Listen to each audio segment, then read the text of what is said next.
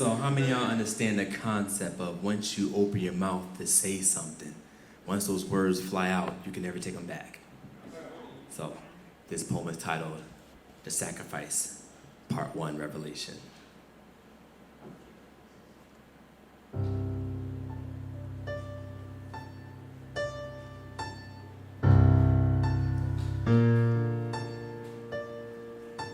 They're anticipating a holocaust to come out of his mouth until his eyes soak his innocent cheekbones with a hurricane to calm this unnatural disaster in his breath. You can hear the whispers of apocalypse when he talks, the self-affliction in his walk. He has nuclear armed for limbs waiting to detonate. There's an earthquake in his chest. No, a closed funeral casket. His chest is closed. He's a buried survivor. You do not bury survivors. He's the resurrection of a crucifix burning at the crossroad of life. He's still aflame, suffocated by his smile. All he wants to do is shout outside the pearly white gate of his teeth. Just for a moment, let him break the rigor mortis in his breath. Let this be more than just an act of catharsis. Let him be an eloquent speaking banshee, screaming at the top of his lungs, drowning out silent metaphors, so you can see the allegory of his story is still tattooed to my tongue. He refuses to be just angry. Where there's anger, you find pain. Where there's pain, you find a broken heart. Where there's a broken heart, you'll find an old dusty record playing the distortion of static in the basement of his lungs. The symphony of melancholy sounds beautiful, doesn't it? He has become the image of Jesus at the end of a kaleidoscope, reflecting broken pieces of hope through a stained glass window. It's hard to recognize him. I don't recognize him. I look in the mirror after the sacrifice. You can never get back the sacrifice. He never expected it to come. It came like a thief in the night, literally, when she called him in the middle of the night while he was driving on the West Side Highway in N.Y. She was taking your poetry and your passion. She was the water to his ocean. Now, he is just an empty vessel. She was a beautiful safari to his concrete jungle. Now, he is just an abandoned building. He no longer yells. He maintains his composure. He is tired of speaking in tongues that are vague. Words are a sacrifice.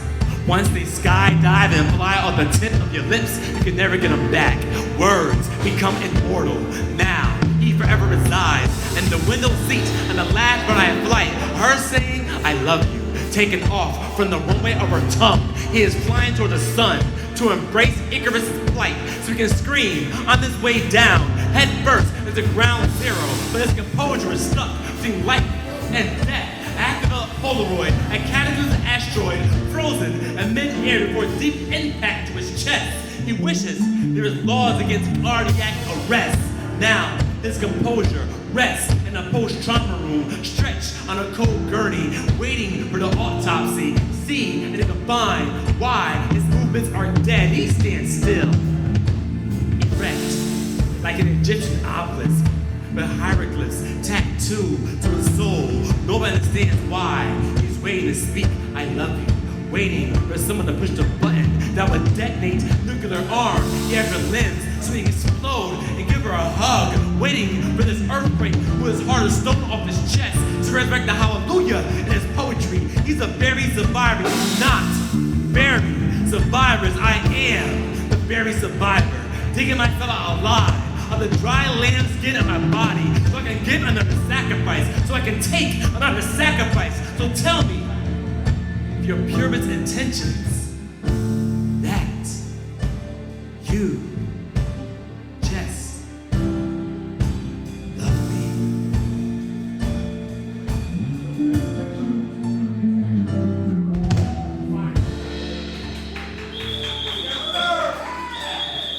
Y'all still here? Y'all enjoy yourselves? Y'all can do whatever you want. Let's keep going fast. So, as poets, we tell stories about our lives, and no matter how trauma or how dark the situation is, always light in the tunnel, and we use poetry and therapy. So this poem is titled The Photographer.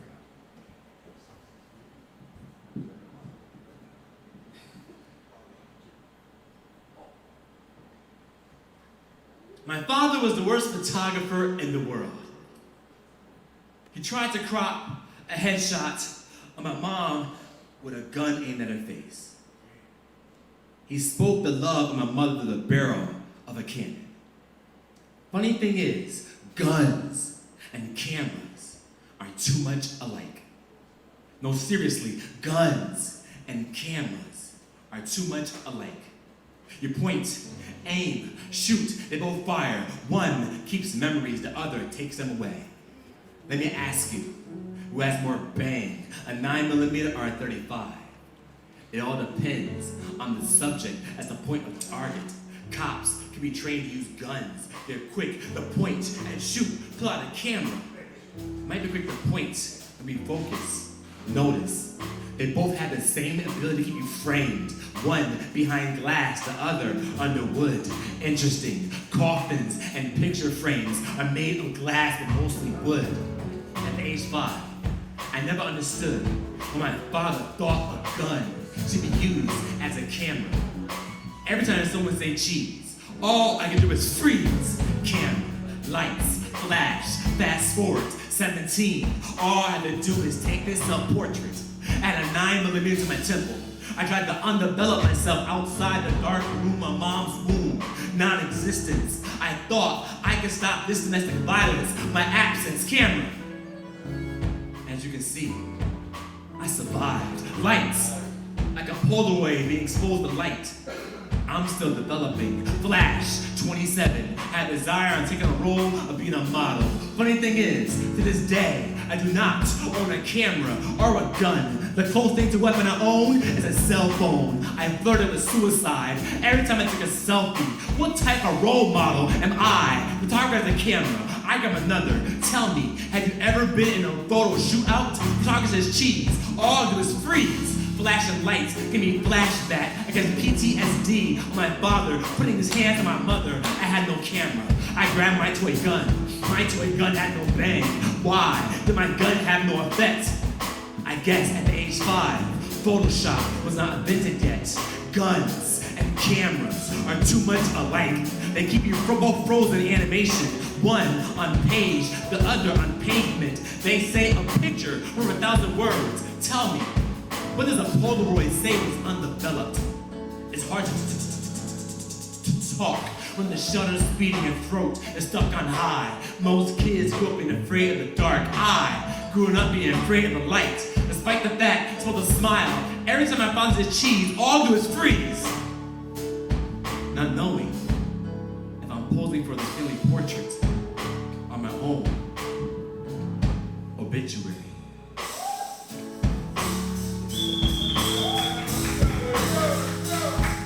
Give it up for the band, y'all. They're doing their thing.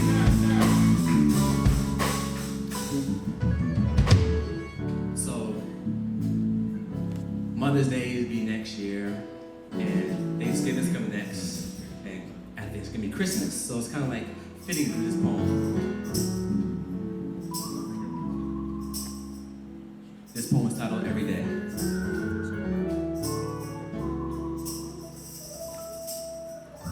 Whether you have dreams of sugar plums dancing in your head, or vision of St. Nicholas flying in a red sled, spoiler alert, Santa Claus for me is actually a black woman that picked me up in a 1989 red Dodge hatchback in the middle of the night while I was still wearing my pajamas. We went from building to building, throwing out bags of trash on the streets, underneath the trees, as if they were gifts for sanitation workers I picked up in the morning. At a young age, that was the first time I learned how to use a vacuum. I thought it was electric broom. We went from room to room, making sure it was spotless because ghosts leave no trace in the sunrise. This is how our mom fed us when the father was absent. The only time he was present, woke up nights to a civil war in the living room. 9 became the Mason-Dixon line. My father spoke with a Confederate tongue.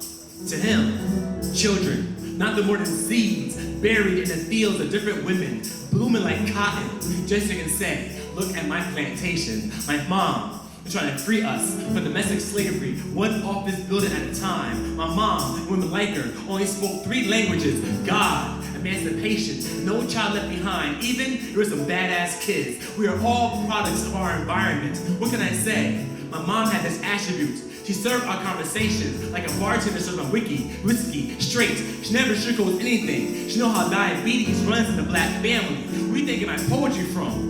I write and spit every sentence with the intent to upset the male patriarchy. I laugh at the irony of men that say they want an independent woman or are intimidated by a strong one. Last time I checked, weak women will raise shock Zulu warriors. Last time I checked, weak women will raise men if they're not with God. My mom, women like her, reason why I'm fearless. I'm an adrenaline junkie. There's a little boy inside of me, like playing on fire. So I can burn every single Confederate flag waving inside the mouths of men that force women to pretend they've taken their children on a field trip in the middle of the night. They know love conquers all except eviction notices. My mom, nor like her, reason I have such a vivid imagination, I treat and see every single day, and it's Mother's Day, or Women's Day, or any day that appreciates a woman. She gave me a gift I can never get back. Women are a living example of it's better to give than to receive. They're always giving, even when they know they won't receive anything back. I believe God celebrates Mother's Day because He knows only between the thighs of a goddess can a Messiah be born.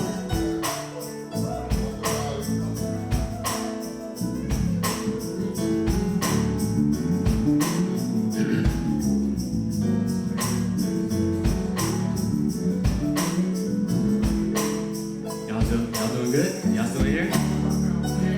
So how many of y'all have names that was given to you and someone always keeps messing it up? This is for you. The struggle is real.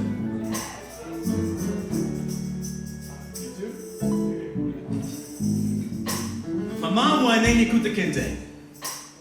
True story. However, my aunt immediately stepped in. She feared society trying to make me the Toby.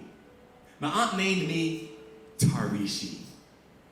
Tarishi, which is Swahili for messenger. I guess my family wanted to give me a name that remind me where we came from. We live in a generation that gentrification has some people bleaching their skin so they forget next to kin were Africans. There's some Africans bleaching their skin so they forget the names came from the sun. My name comes from a place that believes it takes a village to raise a child. I believe it takes a planet to shape my identity. Will not apologize. You don't understand my euphemism. Your world is too small for me. I think outside your bubble or your box, wherever senses try to make me fit in doesn't make sense, since race is nothing more than a systematic way of dissing what we are in the first place, human. I was born on the east coast of America, but a name that came from the east coast of Africa. My journey towards forever, learning that name is not safe, started in the 8th grade when the classmate called me Hershey.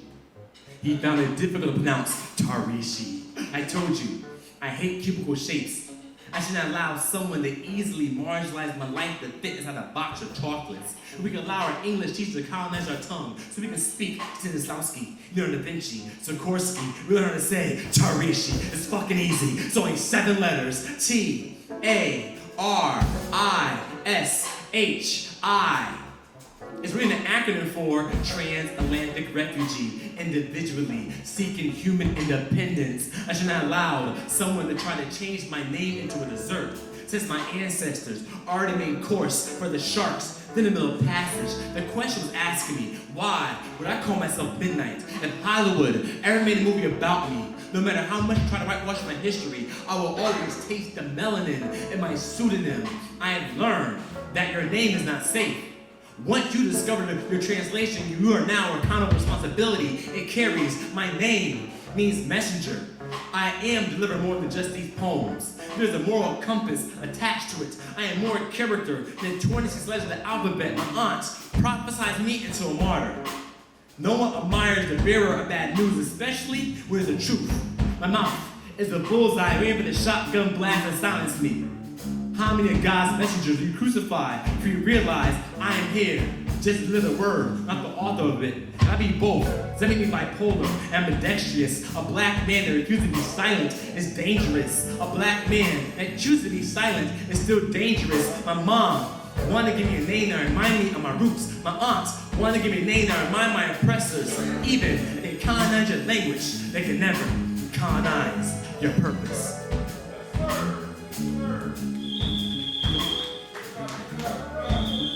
Are we on time?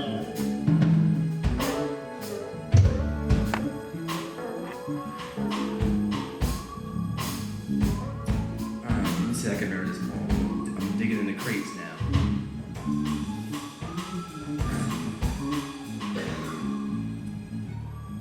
Guess it's like something hip hoppy.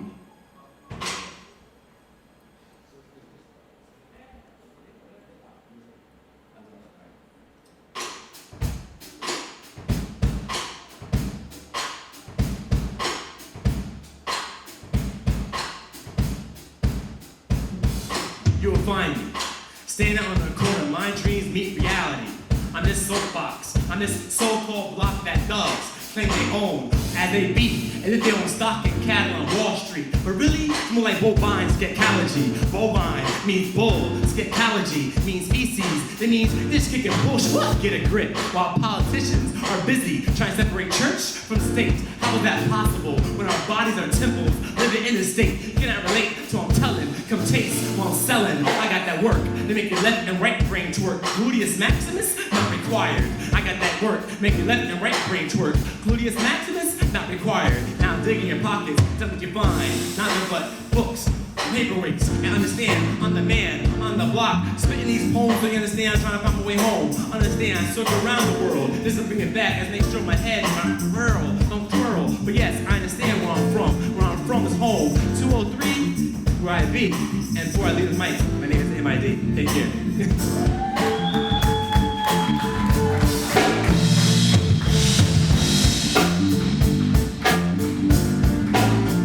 Give it up for M.I.D.N.I.G.H.T.